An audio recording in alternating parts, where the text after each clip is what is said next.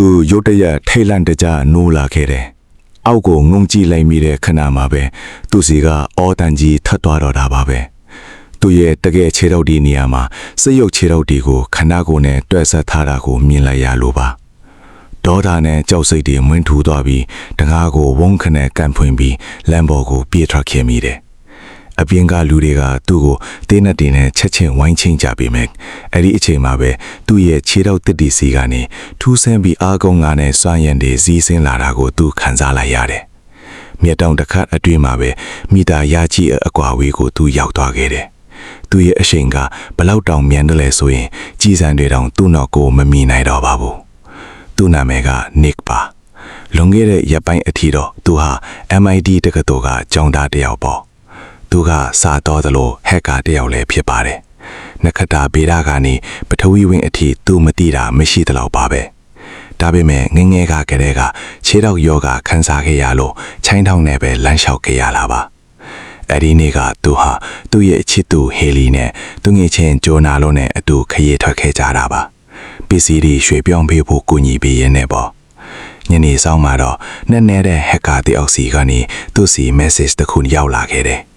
သူတို့တွေ online ပေါ်မှာအကြီးအကျယ်တိုက်ခိုက်နေကြတာကြာခဲ့ပြီမဲ့အခုတစ်ခေါက်မှာတော့အဲ့ဒီ hacker က Haley ရဲ့ laptop ကိုတိုက်ရိုက်ဝင်ရောက်ပြီးထူမရဲ့လှုပ်ရှားမှုတွေကိုစောင့်ကြည့်နေခဲ့တာပါ။ဒါကြောင့်သူဟာ hacker ရှိတဲ့နေရာကိုချက်ချင်းခြေတာခံလိုက်ပါတော့တယ်။ဂျိုနာကတော့ဒီ hacker ကိုသင်ခန်းစာပေးဖို့အားပေးနေပြီမဲ့Nickကတော့စိတ်သက်တည်ကြနေခဲ့တယ်။သူ့ရဲ့ခြေတော့အခြေအနေကြောင့်ဟေလီကသူ့ကိုထားခဲ့ချင်နေပြီးဒီခရီးစဉ်ကလန့်ခွဲဖို့စင်ကြေတစ်ခုလိုပင်သူခံစားနေရတာပါဒေါသနဲ့မဲ့ဒီဟက်ကာကိုဘာပဲဖြစ်ဖြစ်ရှာဖွေဖို့သူဆုံးဖြတ်လိုက်တယ်လမ်းမှာလည်းဟက်ကာကသူတို့ကားပုံတွေကိုပို့ပြီးခနဲ့နေခဲ့တယ်နောက်ဆုံးမှာတော့ GPS ကသူတို့နှစ်ယောက်ကိုလူသူမရှိတဲ့တောထဲကအင်ယိုကျူစီခေါ်သွားခဲ့တယ်Nick နဲ့ဂျိုနာတို့အထဲဝင်စစ်ဆေးနေတော့ဟေလီရဲ့အော်တန်ကြီးအပြင်ကနေထွက်လာခဲ့တယ်။သူပြေးထွက်သွားတဲ့အချိန်မှာဟေလီတကိုယ်လုံးလေထဲကိုပြန်တက်နေတာကိုမြင်လိုက်ရပြီးနောက်တစ်စက္ကန့်မှာတော့မျက်စိကျိမ့်မတက်အလင်းတန်းကြီးသူ့မျက်နှာကိုကြာလာပြီးတတိမိတွားခဲ့ပါတော့တယ်။အခန်း3စက္ကန့်အတွင်းသူအချိန်တွေဘလောက်ကုန်သွားမှမသိတဲ့နောက်မှာသူမျက်လုံးပွင့်လာခဲ့တယ်။သူဟာဝီချဲပေါ်မှာထိုင်နေပြီးတကိုယ်လုံးထုံကျင်းနေတာပါ။သူ့ရှိမှတော့အကာအကွယ်ဝတ်စုံဝတ်ထားတဲ့ပိတ်စော်တဲ့လူတစ်ယောက်ရှိနေတယ်။သူကနေ့ရက်အမှတ်ညံတွေကိုပြန်ရအောင်ကူညီပေးနေလို့ပြောပါတယ်။ကဘာပြင်ဖတ်အသက်ရှိတွေနဲ့ထိတွေ့မိလို့ယောဂဘိုကုသခံရနိုင်တယ်လို့လည်းပိတ်ကရှင်းပြပါတယ်။ဆရာဝန်တွေကရက်ပေါင်းများစွာမေးခွန်းတွေမေးနေပြီမဲ့နစ်ကတော့ဘာတွေဖြစ်နေမှန်းနားမလည်နိုင်ခဲ့ဘူး။သူဂျိုနာနဲ့ဟေလီကိုတွေ့ချင်ပေမဲ့ဘသူကမှတရင်မပေးကြပါဘူး။တမနတ်မှာဆရာဝန်စီအသွားသူဟာအခန်းတစ်ခုထဲမှာလဲလျောင်းနေတဲ့ဟေလီကိုတွေ့လိုက်ရတယ်။သူမစီတွားချင်ပေမဲ့သူတို့ကခွင့်မပြုခဲ့ဘူး။အခန်းကိုပြန်ရောက်တဲ့အခါမှာတော့တစ်ဖက်ခန်းကနေသူ့တငယ်ချင်းဂျိုနာရဲ့အတန်ကိုကြားလိုက်ရပြန်တယ်။သူကဂျိုနာကိုလမ်းခေါ်ပြီးဟေလီကိုတွေ့ခဲ့ပေမဲ့တွေ့ခွင့်မရတဲ့အကြောင်းနဲ့သူ့ခြေထောက်တွေကိုအာယုံမရတော့တဲ့အကြောင်းပြောပြလိုက်တယ်။ဂျိုနာကလည်းသူ့ကိုတခုခုတိုက်လိုက်ပြီးတဲ့နောက်မှာသူ့နှလုံးခုန်တန်းကပုံမှန်မဟုတ်တော့ဘူးလို့ပြန်ပြောပါတယ်။အဲ့ဒီနောက်မှာတော့သူတို့မြောင်ဟာမြင်းသမျှတိသမျှအချက်လက်တွေကိုအချင်းချင်းဖလှယ်ဖို့ဆုံးဖြတ်လိုက်ကြတယ်။နေ့ဟာပတ်ဝန်းကျင်ကိုစာကြီးအခက်ခတ်ပါတော့တယ်။ဘဲကိုကဘဲတကားကိုဖွင့်လာလဲဘသူတွေကစကားပြောခွင့်ရှိတာလဲဆိုတာတွေကိုပေါ့။ဆရာဝန်တွေကသူ့ကိုထပ်ခေါ်ပြီးပုံတံအမျိုးမျိုးနဲ့အယောင်တွေကိုစမ်းသပ်ပေးမယ်။နေ့ကဘာမှမဖြစ်ပဲဟေလီနဲ့မတွေ့ရမချင်းဘာမှမပြောဘူးလို့တင်ခံနေခဲ့တယ်။နောက်ဆုံးတော့ဆရာဝန်တွေကသူ့ကိုဟေလီစီခေါ်ထွားခဲ့ရပေမဲ့သူမကကိုမဖြစ်နေလို့ဘာမှမထူးခြားခဲ့ပါဘူးအခန်းပြန်ရောက်လို့ဂျိုနာကိုသားတွေပြောနေတော့မှပဲဂျိုနာရဲ့အတန်းကဂျိုတီရဲ့ပျောက်သွားခဲ့တယ်အဲ့ဒီအချိန်မှာပဲမီးတွေပျောက်သွားပြီးတစုံတစ်ယောက်ကစခန်းထဲကနေထွက်ပြေးသွားခဲ့တယ်နေ့လေမောင်းနေတဲ့ရေချိုးခန်းထဲမှာထွားပုန်းနေခဲ့မိတယ်မီးပြန်လာလို့သူ့အပြင်ခေါ်ထုတ်သွားတဲ့အချိန်မှာနိုင်ရန်ဘော်ကနှက်ဆိုင်တဲ့အမတ်ထားတွေကိုသူတတိထားမိလိုက်တယ်ဂျိုနာဘဲမှာလဲလို့ဆရာဝန်ကိုမေးတဲ့ခါမှာတော့ဂျိုနာဆိုတာဒီကိုပါတောင်းမလာခဲ့ဘူးလို့ပြန်ဖြေပါတယ်နစ်ကတော့ဒါမဖြစ်နိုင်ဘူးငါသူနဲ့စကားပြောခဲ့တာလို့ညင်းခဲ့ပေမဲ့ဆရာဝန်ကဘာမှပြန်မပြောပါဘူး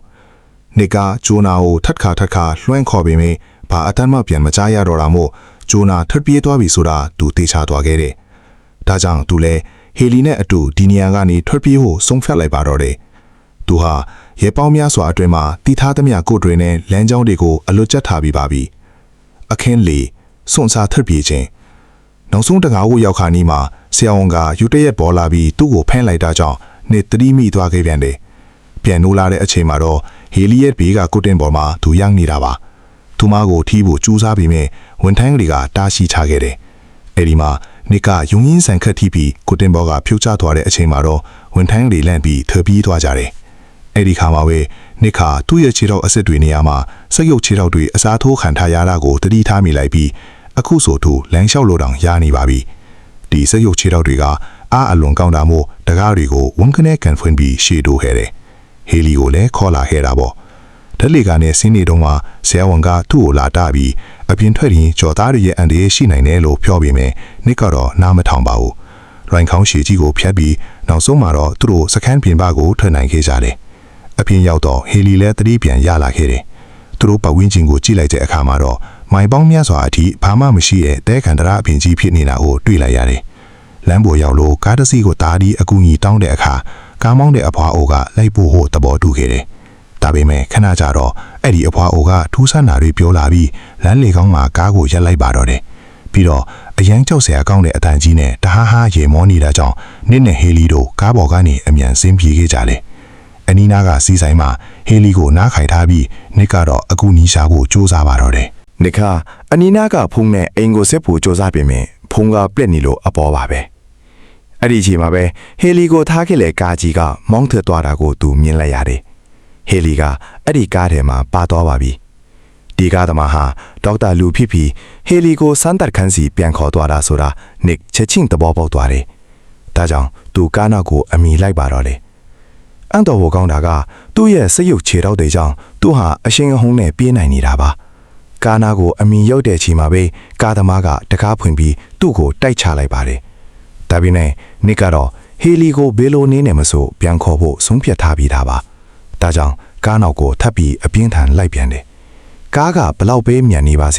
သူ့ရဲ့စက်ရုပ်ခြေထောက်တွေနဲ့အမိလိုက်နိုင်ခဲ့ပါတယ်။ကားထဲမှာတော့ဟေလီကတနက်တလက်တွေ့သွားပြီးကားသမားကိုတနက်နဲ့ချိန်ထားလိုက်ပါတယ်။နောက်ဆုံးမှာတော့သူတို့နှစ်ယောက်လုံးကားသမားကိုကားပေါ်ကတွန်းချပြီးကားကိုမောင်းပြေးခဲ့ကြပါတယ်။အဝေးကြီးမောင်းလာပြီးတဲ့နောက်မှာတော့လမ်းဆုံးသွားတဲ့နေရာကိုရောက်သွားလို့သူတို့နောက်လှည့်ပြန်ခဲ့ရပါတယ်။ဒါပေမဲ့အရင်လမ်းဟောင်းကိုပဲပြန်ရောက်နေလာကိုနစ်သတိထားမိသွားတယ်။အဲ့ဒီအချိန်မှာပဲအနီးနားကအဲချိုစင်တာတစ်ခုကိုတွေ့ပြီးဝင်ကြည့်တော့မြေပုံတစ်ခုတွေ့လိုက်ရတယ်။အဲ့ဒီမြေပုံအရဒီနယ်မြေတစ်ခုလုံးမှာလမ်းကတလန်းတဲပဲရှိတာပါ။နစ်တယောက်ဘာဖြစ်နေမှန်းစဉ်းစားမရဖြစ်နေချိန်မှာပဲဟေလီရဲ့အခြေအနေကပိုဆိုးလာပါတယ်။ဒါကြောင့်ဒီညတော့ဒီမှာပဲနားဖို့ဆုံးဖြတ်လိုက်ကြတယ်။အဲ့ဒီညမှာပဲဒေါက်တာလူတွေရောက်လာတာကြောင့်သူတို့ပုံနေကြရပါတယ်။အဲ့ဒီလိုပုံနေတော့သူတို့သူငယ်ချင်းဂျိုနာကိုမထင်မှတ်ပဲတွေ့လိုက်ရတယ်။သူဟာစမ်းသက်ခန်းကနေအရင်လွတ်မြောက်သွားတဲ့သူပါ။ဂျိုနာရဲ့လက်တွေဟာနစ်ကဲခြေထောက်တွေလိုပဲစိတ်ယုတ်လက်တွေအဖြစ်အသွင်ပြောင်းခံထားရပါပြီ။ဒါကြောင့်လေသူအရင်ကထွက်ပြေးတုန်းကနန်းရန်တွေမှာအမတ်အစားတွေကြံခဲ့တာပါ။နစ်ကဲလင်မောင်းမှာရေးထားတဲ့နံပါတ်အတိုင်းဟေလီရဲ့လက်ဘေးမှာလည်းရှိနေတာကိုနစ်တွေ့သွားတယ်။ဂျိုနာကဒီနံပါတ်တွေကိုပေါင်းလိုက်ရင်50ရတယ်။ဆိုလိုတာကငါတို့ဟာသိပ္ပံပညာရှင်တွေစမ်းသပ်မှုတွေလုပ်နေတဲ့ Area 51ထဲမှာရောက်နေတာပဲလို့ပြောပြပါတယ်။သူတို့အတွက်တော့ငါတို့ဟာတခွဲခန်းတွေကကြွက်တွေလို့စမ်းသက်ခံတတ်ပဲပေါ့။နောက်အနေနဲ့မှာတော့သူတို့ဒီနေရာကနေလွတ်အောင်ကားနဲ့ထပ်ထွက်လာကြတယ်။လမ်းမှာစစ်စေးဂိတ်တစ်ခုကိုတွေ့ပြီးတိုက်ထွက်ဖို့ကြိုးစားပြီးမြဲစစ်တပ်ကတိုင်အကာခွေလေးနဲ့ပိတ်ဆို့လိုက်ပါတယ်။ဒါကိုဖယ်ရှားဖို့ဆိုရင်ကွန်ပျူတာစနစ်ထဲကနေပဲလုံးလို့ရမှာပါ။ဂျိုနာကကားပေါ်ကဆင်းပြီး laptop ရှိတဲ့အခန်းလေးကိုတွားခဲ့ပြီးမြဲရန်သူကြီးစံထိမှန်တွားတာကြောင့်စနစ်ကို hack ဖို့မဖြစ်နိုင်တော့ပါဘူး။ ဒါကြောင့်သူအပြင်ကိုပြန်ထွက်လာပြီးသူ့ရဲ့စက်ရုပ်လက်ခွန်အားနဲ့အဲ့ဒီတိုင်တွေကိုရိုက်ချိုးပစ်လိုက်ပါတယ်။ နစ်နဲ့ဟေလီတို့လွတ်မြောက်သွားခဲ့ပြီမြဲကြီးစံတွေထိမှန်ထားတဲ့ဂျိုနာကတော့အနောက်မှာကြံရစ်ခဲ့ပါတော့တယ်။ဂျိုနာရဲ့အနစ်နာခံမှုကိုကြည့်ပြီးနစ်တို့ဝမ်းနည်းကြရပါတယ်။သူတို့ဆက်မောင်းလိုက်ရင်တရားကြီးတစ်ခုကိုရောက်တော့ဒေါက်တာကတရားအထဲမှာစောင့်နေတာကိုတွေ့လိုက်ရတယ်။ကားကဒေါက်တာနာမရောက်ခင်မှာပဲသူတို့ကကားတာယာကိုပစ်ဖောက်လိုက်တာကြောင့်ကားမောက်သွားပါတယ်။ဟေလီကတော့ဒဏ်ရာပြင်းထန်လို့တတိမေ့သွားပြီးဟယ်လီကော်ပတာနဲ့ခေါ်ဆောင်သွားခြင်းခံလိုက်ရပါတယ်။နစ်လည်းဒဏ်ရာတွေရထားပေမဲ့အာတင်ပြီးပြန်ထေးလာတယ်။ အဲ့ဒီအချိန်မှာပဲဒေါက်တာရဲ့နာမည်ကပ်မှရေးထားတဲ့ Demon ဆိုတဲ့နာမည်ကိုတွေ့သွားတယ်။အဲ့ဒီနာမည်ကိုပြောင်းပြန်ဖတ်ကြည့်လိုက်ရင် Nomad လို့ထွက်ပါတယ်။သူဟာသူတို့စီကိုထူးဆန်းတဲ့ message တွေပို့ပြီး college server ကို hack ခဲ့တဲ့သူပါပဲ။နောက်ဆုံးမှာတော့ဒေါက်တာကအမှန်တရားကိုဝန်ခံလိုက်ပါတယ်။မင်းတို့တငယ်ချင်းတွေဒီလိုဖြစ်ရတာမင်းကြောင့်ပဲငါတို့ကလူတွေပေါ်မှာကြောသားနည်းပညာကိုစမ်းသပ်နေတာတဲ့။ Nick ဟာစက်ရုပ်ချေတောင်နဲ့အလိုက်ဖတ်ဆုံးစမ်းသပ်ခံဖြစ်လို့အအောင်မြင်ဆုံးရလဖြစ်တယ်လို့လည်းပြောလိုက်ပါတယ်။ဒါကိုကြတော့ Nick အလွန်အမတ်ဒေါသထွက်ပြီးသူ့ခြေတော့ရဲ့စွမ်းအားနဲ့တထောက်ပေါ်ကိုအရှိန်ပြင်းပြင်းနဲ့ပြေးထွက်သွားပါတယ်။အရှိန်ပါဘလောက်တောင်မြန်သွားလဲဆိုရင်မမြင်ရတဲ့နိုင်ရန်တစ်ခုကိုတိုက်မိပြီးတစ်ဖက်ချမ်းကိုလွင့်ထွက်သွားပါတယ်။သူနောက်လှည့်ကြည့်လိုက်တဲ့အခါဒေါက်တာကသူ့ရဲ့ဦးထုကိုချွတ်လိုက်ပါတယ်။အဲ့ဒီတော့မှဒေါက်တာဟာလူမဟုတ်ပဲစက်ရုပ်ကြော်သားတစ်ယောက်ဖြစ်နေမှန်းသိလိုက်ရတယ်။ Nick အရှိကိုကြည့်လိုက်တဲ့အခါမှာတော့အာကာသကြီးကိုမြင်လိုက်ရပါပြီ။သူဟာကဘာမေပေါ်မှာရှိနေတာမဟုတ်ပဲကြော်သားတွေရဲ့အာကာသရန်ကြီးထဲမှာရောက်နေတာပါ။ရန်ရဲ့နံပါတ်ကလည်း2354ထင်နေပြီးဒါဟာသူတို့ကိုယ်ပေါ်ကနံပါတ်တွေပါပဲ။တကယ်တော့ဒါဟာ Area 51မဟုတ်ပဲကြော်သားတွေကလူသားတွေကိုနီးပညာစမ်းသပ်နေတဲ့အာကာသရန်ကြီးတစ်ခုသာဖြစ်ပါတော့တယ်။